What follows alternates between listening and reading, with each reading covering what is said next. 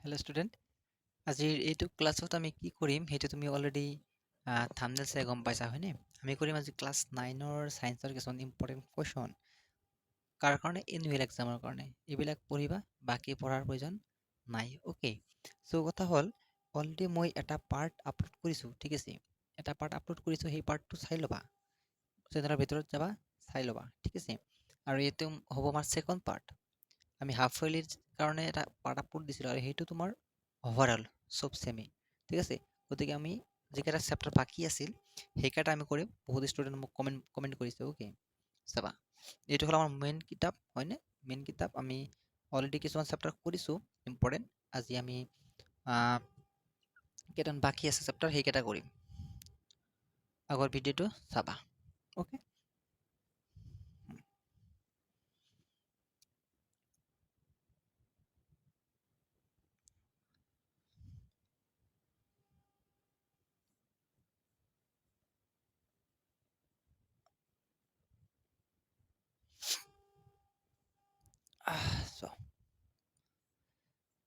এইটো আমাৰ chapter 4। Okay, chapter 4, আমাৰ চেপ্টাৰ 4ৰ পৰা আৰম্ভ কৰিম। 4ৰ নাম কি আছে? পৰমাণুৰ গঠন আছে হয়নে?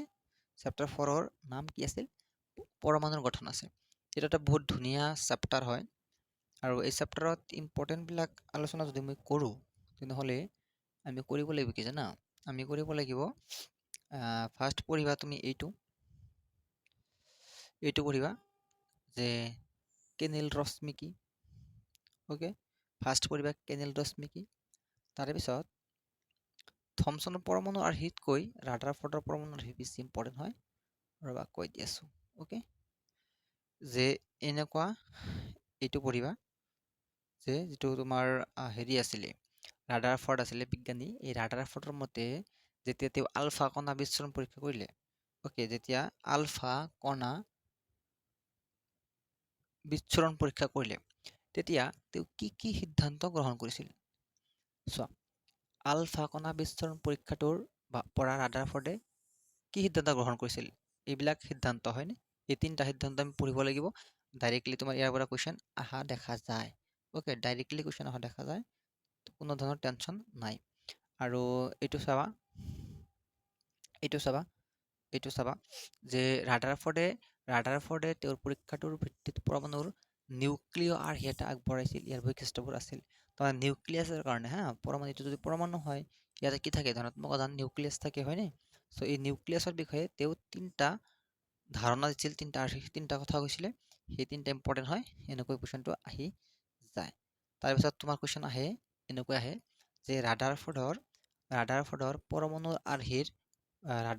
পৰমাণুৰ আৰ্হিৰ দুটা সীমাবদ্ধতা লিখা। এনেকৈ কুৱেশ্যন আহে, এইটো পঢ়িব লাগিব। অ'কে, ঠিক আছে? অ'কে,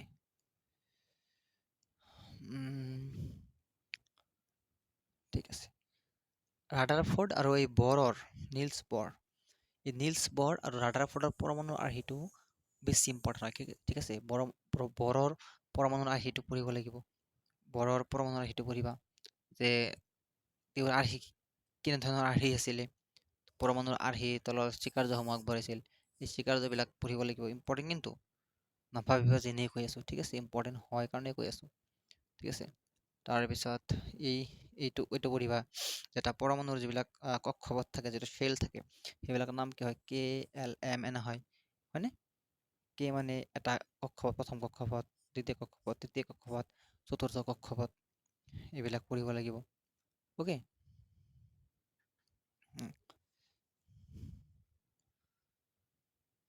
অ'কে, তাৰপিছত এইটো পঢ়িব লাগিব যে প্ৰথম কক্ষপথত কেইটা ইলেক্ট্ৰন থাকিব পাৰে? দ্বিতীয়, তৃতীয়, চতুৰ্থ। এই কক্ষপথবোৰত কেইটা থাকিব পাৰে, ঠিক আছে? যেনেকুৱা পৰমাণুৰ বৃহত্তম কক্ষপথত থাকিব পৰা ইলেক্ট্ৰনৰ সৰ্বোচ্চ সংখ্যা হৈছে 8টা। এইটো আমি পঢ়িব লাগিব, আহে।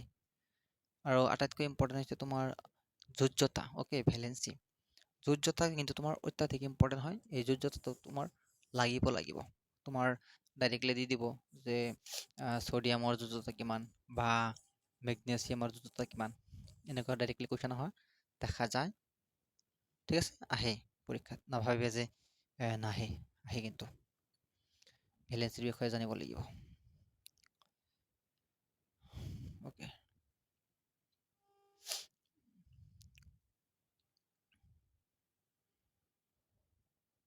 অ'কে, এই কুৱেশ্যনটো চাবাচোন, এই কুৱেশ্যনটো চাবা, অ'কে, এই কুৱেশ্যনটো চাবা, আৰু এটা কথা চাবা যে সমস্থানিক আৰু সমভাৰী বুলিলে কি বুজা, উদাহৰণ দিয়া। সমস্থানিক আৰু সমভাৰী বুলিলে কি বুজা, উদাহৰণ দিয়া। অ'কে, সমস্থানিক আৰু সমভাৰী বুলিলে কি বুজা, উদাহৰণ দিয়া। অ'কে, এইটো সমভাৰী আছে নহয়, উদাহৰণ দিব দিব, কিন্তু উদাহৰণ নহ'লে কিন্তু নহ'ব, ঠিক আছে। এইবিলাক ইম্পৰ্টেণ্ট আছিলে এইটো চেপ্টাৰৰ। চ' ইয়াতে চোৱা, কুৱেশ্যনসমূহৰ ভিতৰত তুমি এইটো পঢ়িলে হ'ব যে ৰাদাৰফৰ্ডৰ পৰমাণুৰ আৰ্হিৰ সীমাবদ্ধতা, ঠিক আছে, জে থমছনৰ পৰমাণু আৰ্হিৰ সীমাবদ্ধতা, বৰৰ পৰমাণু আৰ্হিটো লিখা, ইম্পৰ্টেণ্ট, কি ক'বা, ইম্পৰ্টেণ্ট। অ'কে, ইয়াতে চোৱা, সমস্থানিক, সমভাৰী, চুমুটোকা আহে, অ'কে, ঠিক আছে। ইয়াতে এই কুৱেশ্যনটো পঢ়িবা,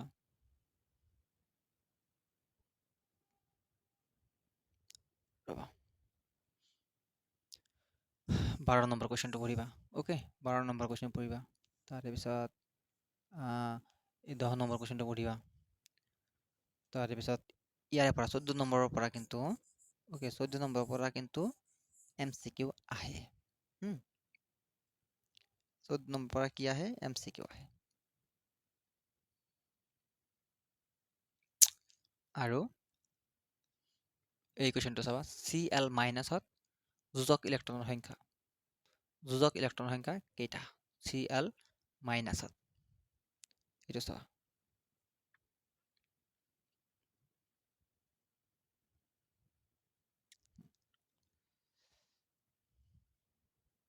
ঠিক আছে, এইটো আমি অলৰেডি দিছোঁ, এইটো আমি অলৰেডি আলোচনা কৰিছোঁ, ঠিক আছে। চ' আমি ইয়াৰ পিছত যাম। অ'কে, মোৰ আগৰ ভিডিঅ'টো চাই ল'বা, ঠিক আছে, এইটো তাতে কিন্তু দিয়া হৈছে, এইবিলাক দিয়া হৈছে, ঠিক আছে, দিয়া হৈছে এইবিলাক। সেই ভিডিঅ'টো এতিয়াই চাবা, আগতে এইটো চাই লোৱা, কিতাপত দাগ দি লোৱা, কিতাপত চিন দি লোৱা, তাৰে পিছত তুমি তাতে যাবা, হয়নে? এইবিলাক দিয়া হৈছে।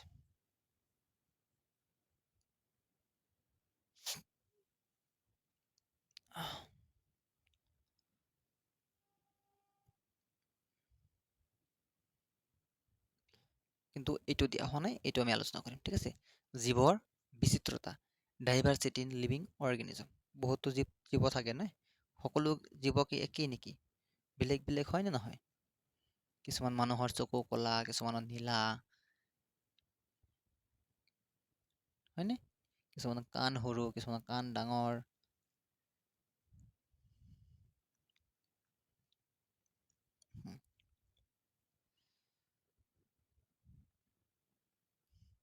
ইয়াৰে পৰা চোৱা, এই কুৱেশ্যনবিলাকৰ পৰা হেৰি আহে, উদাহৰণ মানে MCQ হিচাপত আহে, যে 4টা অপশ্যন দিব, ক'ব কি তোমাৰ কোনটো, ক'ব তলৰ কোনটো এটা ভেঁকুৰ হয়, এছপাৰজিলাছ, পেনিচিলিয়াম, এগেৰিকাছ, কোনটো ভেঁকুৰ হয়, 3টা বেলেগ বেলেগ উদাহৰণ দিব, আৰু এটা ইয়াৰ ভিতৰত দি দিব, সেইটো তোমাৰ সুধিব, হয়নে?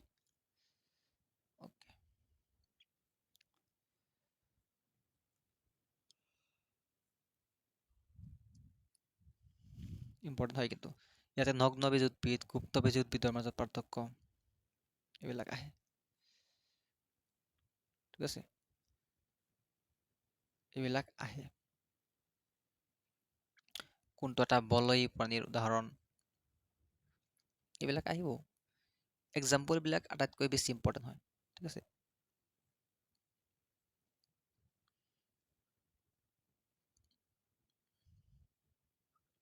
এক্সাম্পলবিলাকেই আটাইতকৈ ইম্পৰ্টেণ্ট হয় তোমাৰ কুৱেশ্যনত।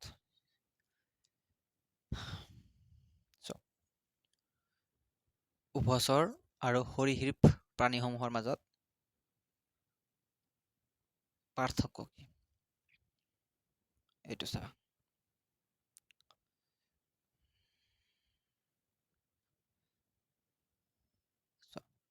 ইয়াৰ ভিতৰত কেতিয়াবা এই কুৱেশ্যনটো আহে হা, জীৱসমূহৰ বৰ্গীকৰণৰ সুবিধাসমূহ কি কি আহে এইটো।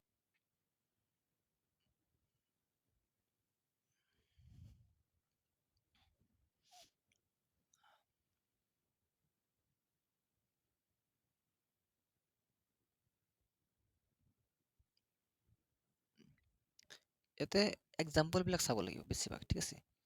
বেছিভাগ এক্সাম্পলবিলাকে চাবা ইয়াতে, ইয়াতে আৰু বেলেগ নাই, ঠিক আছে। খালি এক্সাম্পল, ইয়াতে এক্সাম্পলবিলাক বেছি চাবা।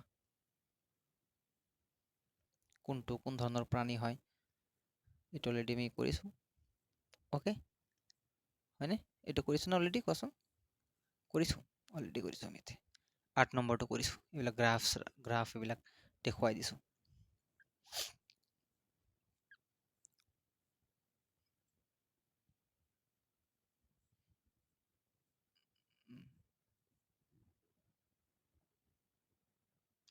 অ'কে, এতিয়া 9 নম্বৰটোত বল আৰু গতি বিষয় সূত্ৰসমূহ ইম্পৰ্টেণ্ট চেপ্টাৰ হয়নে? নিউটনৰ গতিৰ সূত্ৰ 3টা পঢ়িব লাগিব ইয়াতে। নিউটনৰ গতিৰ সূত্ৰ 3টা পঢ়িবা।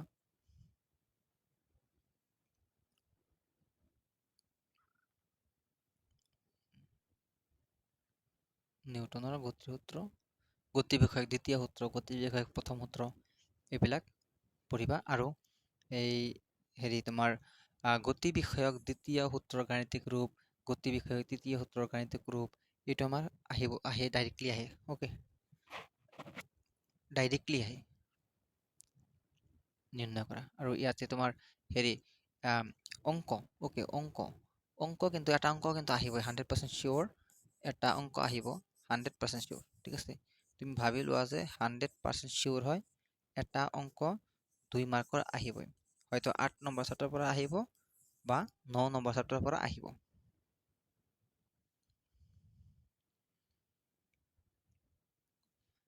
যিকোনো এটা অংক আহিবই আহিব।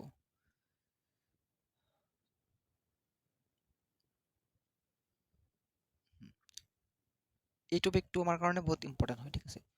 ভৰবেগৰ সংৰক্ষণ, কনজাৰভেশ্যন অফ মোমেন্টাম, ভৰবেগ, অ'কে, ভৰবেগৰ সংৰক্ষণৰ টপিকটো বহুত ইম্পৰ্টেণ্ট হয়, এইটো পঢ়িবা। তাৰপিছত তুমি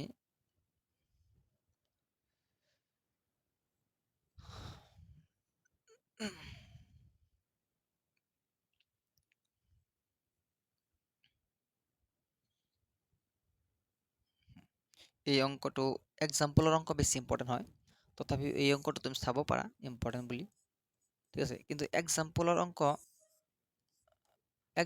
অংক কিন্তু বেছি ইম্পৰ্টেণ্ট হয়, এইবিলাক মনত ৰাখিবা যে এক্সাম্পলৰ অংকটো কিন্তু আমাৰ কাৰণে বেছি ইম্পৰ্টেণ্ট হয়, অ'কে। চ' এই বস্তুবিলাক পঢ়ি থ'ব লাগে, ঠিক আছে। তোমালোকে কি কি শিকিলা, অ'কে, তোমালোকে কি কি শিকিলা, এই বস্তুবিলাক পঢ়ি থ'ব লাগে। কিয় পঢ়ি থ'ব লাগে? যে ইয়াৰ পৰা কেতিয়াবা MCQ অহাৰ চান্স থাকে, নথকা নহয়।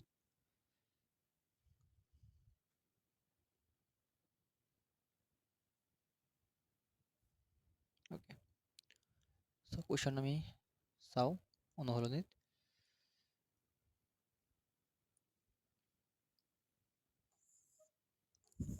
4 নম্বৰ, কাৰণবোৰ আহে, অ'কে, কাৰণবোৰ আহে। ইয়াতে চোৱা, এইবিলাকৰ তোমাৰ বেছিভাগ বনাই কুৱেশ্যন আহে, ঠিক আছে। এইবিলাক না ভিতৰৰ পৰা ডাইৰেক্টলি কুৱেশ্যন আহে, বনাই কুৱেশ্যন আহে। এই অংকটো তুমি চাব পাৰা, এই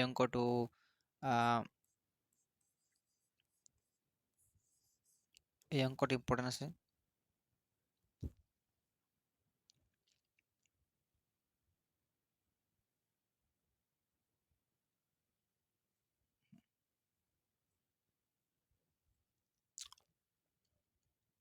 এক্সাম্পলৰ অংকবিলাক তুমি বেছি চাবা, আৰু সেই সূত্ৰবিলাক যে নিৰ্ণয় কৰে সেইবিলাক বেছি চাবা, ঠিক আছে। লাষ্টত আহি যোৱা মহাকৰ্ষণত। মহাকৰ্ষণৰ ক্ষেত্ৰত এইটো সূত্ৰ, এই টপিকটো ভালকে পঢ়িবা। মহাকৰ্ষণৰ বিশ্বজনীন সূত্ৰটো ভালকে পঢ়ি থবা। এইটো ঠিক আছে নে? এইটো এইটো আমাৰ ডাইৰেক্টলি নিৰ্ণয় কৰিব দিয়ে হয়নে?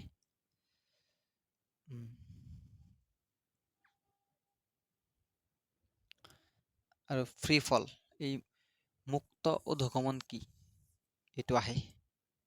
মুক্ত অধোগমন কি? এইটো আহে। ঠিক আছে? মুক্ত অধোগমন কি? আহে।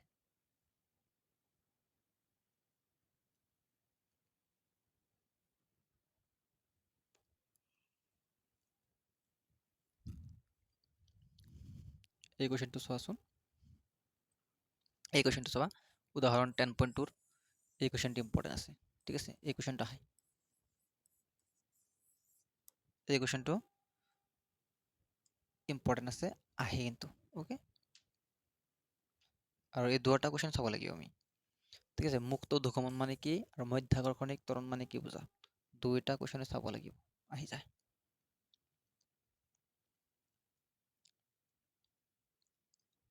ওজন আৰু ভৰৰ পাৰ্থক্য কি? ওজন আৰু ভৰৰ পাৰ্থক্য কি? এই কুৱেশ্যনটো চাই থবাচোন। এইটো এইটো চাই থবা।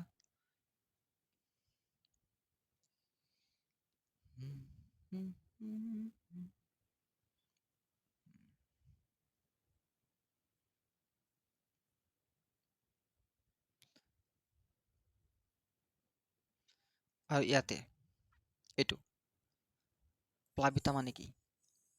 অ'কে, প্লাবিতা মানে কি? এইটো আহে। চাবা, প্লাবিতা মানে কি? এইটো আহি যায়। আৰু এই ফৰ্মুলাটো চাব লাগিব।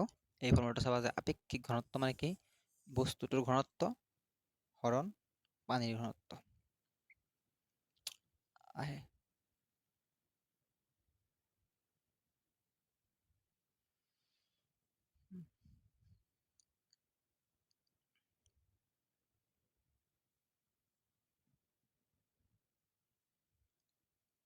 ইয়াতে এই 6 নম্বৰ কুৱেশ্যন ইম্পৰ্টেণ্ট।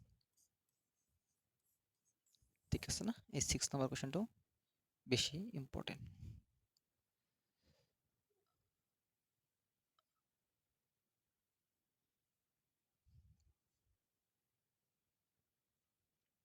আৰু এই 13 নম্বৰ কুৱেশ্যনটো ইম্পৰ্টেণ্ট। অ'কে, এই 13 নম্বৰ কুৱেশ্যনটো ইম্পৰ্টেণ্ট। পঢ়িব লাগিব এইবিলাক, আৰু কি কৰিবা হয়নে? কাৰ্য আৰু শক্তি চোৱা, 11 নম্বৰ চেপ্টাৰ চোৱা। 11 নম্বৰ চেপ্টাৰত ইম্পৰ্টেণ্টবিলাক আমি চাই লওঁ। ইয়াতে সেই তোমাৰ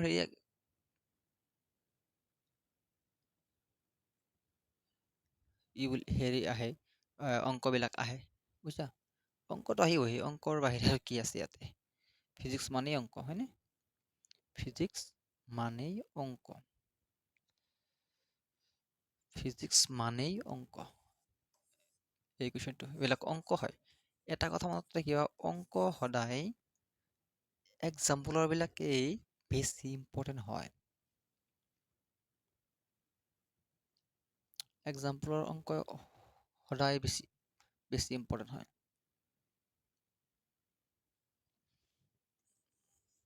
11.4 এই কুৱেশ্যনটো। অ'কে, এই কুৱেশ্যনটো বেছি ইম্পৰ্টেণ্ট হয়, বেছি ইম্পৰ্টেণ্ট হয়, বেছি ইম্পৰ্টেণ্ট হয়।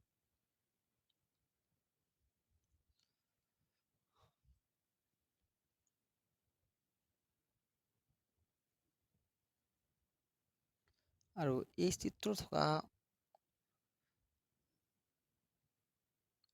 এইটো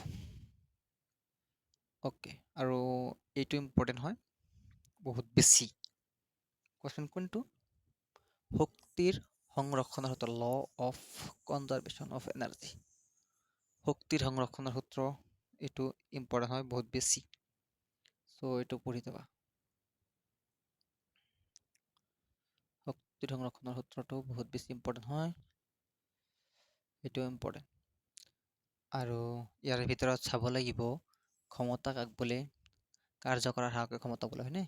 1 ৱাট ক্ষমতা কি? ঠিক আছে, 1 ওয়াট ক্ষমতা কি, আৰু এই অংকটো, এই তিনটা চাবা। আৰু চাবা শক্তিৰ বাণিজ্যিক একক, commercial unit of energy, 1 kilowatt hour, হয়নে? আৰু কেতিয়াবা কুৱেশ্যন এইটোও আহে যে 1 কিলোৱাট আৱাৰ ঘণ্টা কাক বোলে? 1 কিলোৱাট আৱাৰ ঘণ্টা কাক বোলে? কুৱেশ্যন এইটোও অহা দেখা যায়।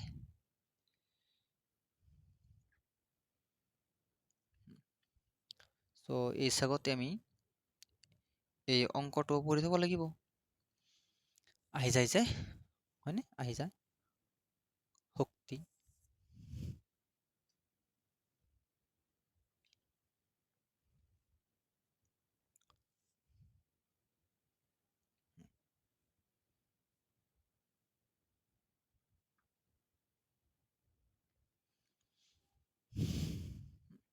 ইয়াতে চাবা অনুশীলনীত চাবা, অনুশীলনীত 14 নম্বৰ কুৱেশ্যনটো ইম্পৰ্টেণ্ট, অনুশীলনীত 14 নম্বৰ কুৱেশ্যনটো ইম্পৰ্টেণ্ট, ঠিক আছে? তাৰপিছত এই 17 নম্বৰ কুৱেশ্যনটো ইম্পৰ্টেণ্ট আছে, কিন্তু ইয়াতকৈ বেছি কিন্তু আমাৰ এক্সাম্পলৰ কুৱেশ্যন ইম্পৰ্টেণ্ট, হয়নে? আৰু এটা কাম কৰিবা, এই চিত্ৰ থকা কুৱেশ্যনটো কৰি থবা, ঠিক আছে? এই চিত্ৰ থকা কুৱেশ্যনটো পঢ়ি থবা। আজিকালি চিত্ৰ থকা কুৱেশ্যনবিলাকে হেৰি তোমাৰ বেছি আহা হৈছে, অ'কে? চিত্ৰ থকা কুৱেশ্যনে বেছি আহে। শব্দ চোৱা, শব্দ শব্দ শব্দ নেক্সট চেপ্টাৰ শব্দ।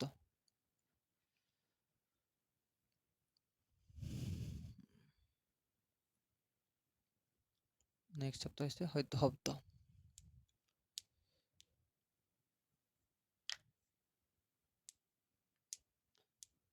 এতিয়া চা, শব্দ তৰংগৰ বৈশিষ্ট্য, অ'কে?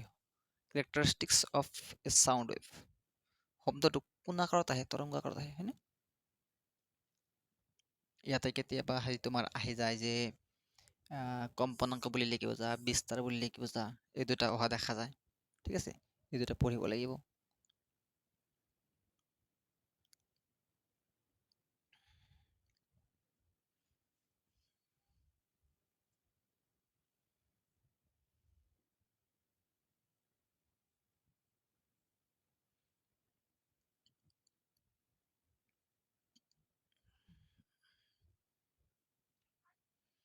চ' আমি ইয়াতে আহিম হেৰি এইটো শব্দ তৰংগৰ তৰংগ দৈৰ্ঘ্য, কম্পনাংকৰ পৰ্যায়কাল আৰু বিস্তাৰৰ সংজ্ঞা দিয়া, ঠিক আছে? এটা আমি পঢ়িব লাগিব। আৰু এই কুৱেশ্যনটো ইম্পৰ্টেণ্ট হয়, বেছি ইম্পৰ্টেণ্ট হয়, বহুত বেছি, অ'কে? এইটো বহুত বেছি ইম্পৰ্টেণ্ট হয়। চ' আমি এই ফৰ্মুলাটো মনত ৰাখিব লাগিব।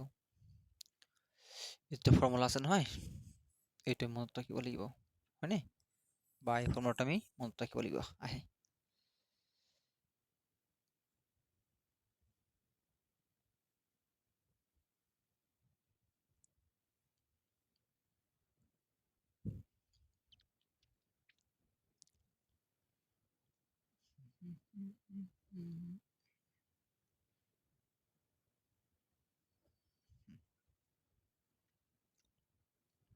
আৰু এইটো চাবা, অতি শব্দৰ প্ৰয়োগ, অ'কে? অতি শব্দৰ প্ৰয়োগ, আল্ট্ৰাচাউণ্ড বুলি কোৱা হয়। সেইটো কি কাৰণত প্ৰয়োগ কৰা হয় আল্ট্ৰাচাউণ্ড, এইটো পঢ়ি থবা, আহি যায়।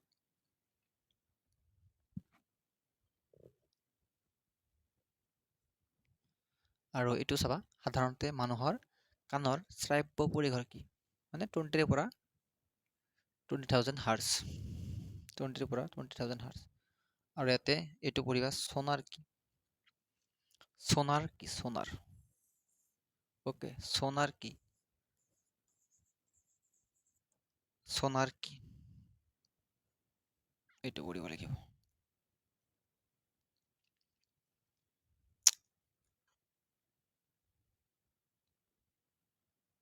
সোনাৰ কি, সোনাৰ কি?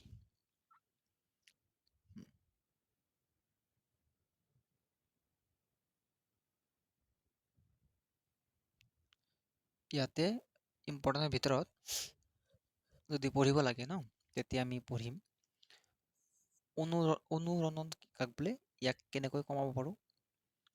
শব্দৰ তীব্ৰতা কাক বোলে? কি কাৰকৰ ওপৰত ই নিৰ্ভৰশীল হয়? তাৰে পিছত ছনাৰৰ কাৰ্যনীতি আৰু প্ৰয়োগ ব্যাখ্যা কৰা। আৰু মানুহক কাণৰ কাৰ্য পদ্ধতি ব্যাখ্যা কৰা, এইটো কেতিয়াবা আহে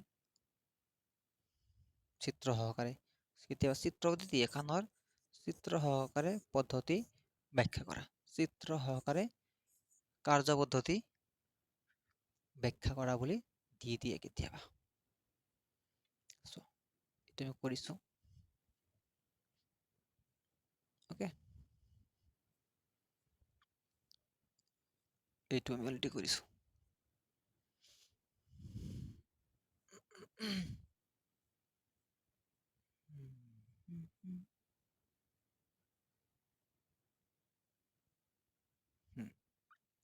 এতিয়া আহি যায় 14 নম্বৰ চেপ্টাৰত, প্ৰাকৃতিক সম্পদ, নেচাৰেল ৰিচোৰ্চেছ। প্ৰাকৃতিক সম্পদত আহি যোৱা প্ৰাকৃতিক সম্পদ, প্ৰাকৃতিক সম্পদ।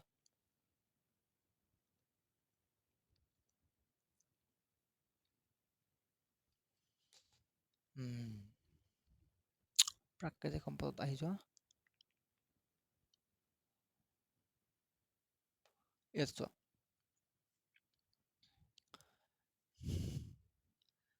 ডাৱৰ কেনেকৈ সৃষ্টি হয়? কেতিয়াবা 1 মাৰ্ক অৰ 2 মাৰ্কৰ আহে,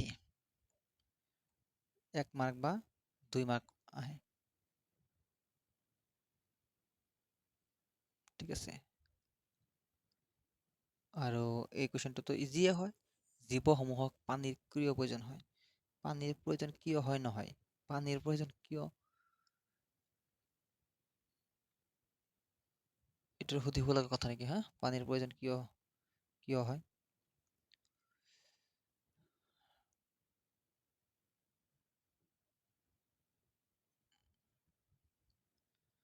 আৰু ইয়াতে চাবা, এইটো মাটি ক্ষয়ীভৱন কি? একেলগে দুটা কুৱেশ্যন আহি যায়। এই দুটা কুৱেশ্যন মাটিৰ ক্ষয়ীভৱনৰ পৰা ৰক্ষা কৰিবলৈ কি ব্যৱস্থা হাতত ল'ব পাৰি? কি ব্যৱস্থা হাতত ল'ব পাৰি, এইটো আহি যায়। ওকে, আৰু কেতিয়াবা আমাক লিখিব দিয়ে যে নাইট্ৰজেন চক্ৰ মানে কি? ওকে, নাইট্ৰজেন চক্ৰ মানে কি, এইটো আমাৰ লিখিবলৈ আহে, ঠিক আছে। এই চিত্ৰটো চাইছা? এই চিত্ৰটো নাইট্ৰজেন চক্ৰ হয়নে? এইটো আমি কৰিব লাগিব। ওকে, আৰু আটাইতকৈ ইম্পৰ্টেণ্ট হ'ল আমাৰ আটাইতকৈ ইম্পৰ্টেণ্ট কি হ'ল জানা? এইটো ওজন স্তৰ, ওজন লেয়াৰ। এই ওজন স্তৰটো তোমাৰ অত্যাধিক ইম্পৰ্টেণ্ট হয়, ঠিক আছে। চ' আমি ইয়াতে সেউজ গৃহ প্ৰভাৱ কি, এইটো পঢ়িব লাগিব, হ'বনে? সেউজ গৃহ প্ৰভাৱ কি, এইটো পঢ়িবই লাগিব, এইটো আৰু ক'ব লগা কথা নহয়।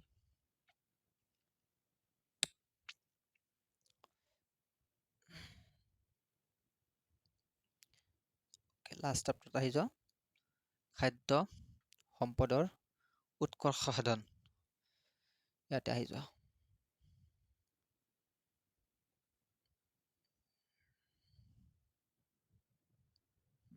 ইয়াতে আহি যোৱা।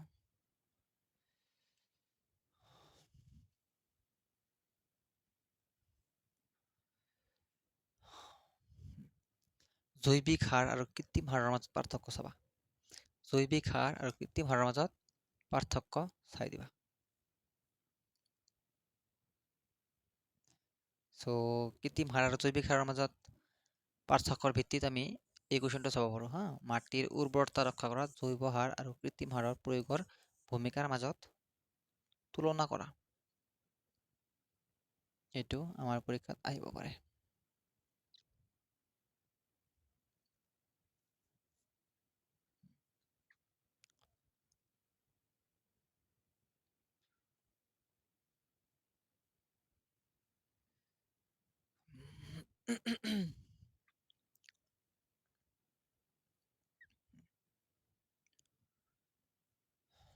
ইয়াতে আৰু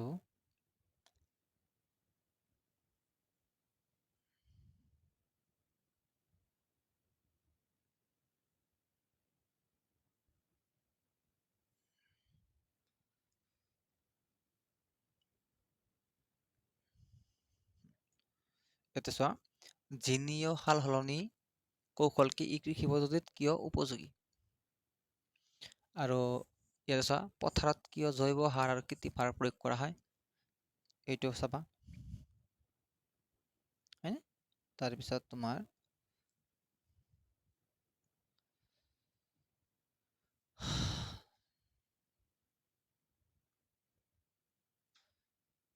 এই কুৱেশ্যনটো কেতিয়াবা আহে যে পশুপালনৰ দ্বাৰা কৃষকসকলে কেনেকৈ লাভান্বিত হ'ব পাৰে।